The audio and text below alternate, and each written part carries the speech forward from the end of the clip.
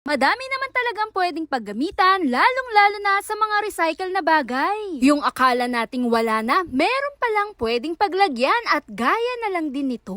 Dito nga sa aming kurtina, madalas sipitan lang ang gamit-gamit ko. Dito nga sa plastic handle na hawak-hawak ko, pwedeng paglagyan at napakinabangan pa gayang-gaya na lang sa paglagay ko dito sa aming kurtina.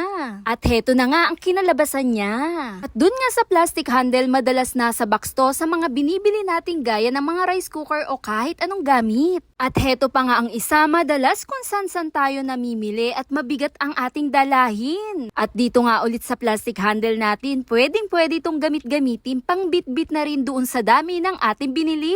Ipasok nga lang ito at ilak lang at bit-bitin din talaga ng sama-sama. At mapapagaan din talaga ang ating dalahin. At sobrang nakakatuwa dahil kahit saan ay pwedeng-pwede itong gamit-gamitin. Laking tulong din talaga ang dala at heto pa nga, lumang-luma na nga ang aming cabinet yung wala na nga itong hawakan. Pero dito nga sa aking gagawin, talaga naman na-amaze na rin talaga ako lalong-lalo na sa kinalabasan at yung pinaka-resulta.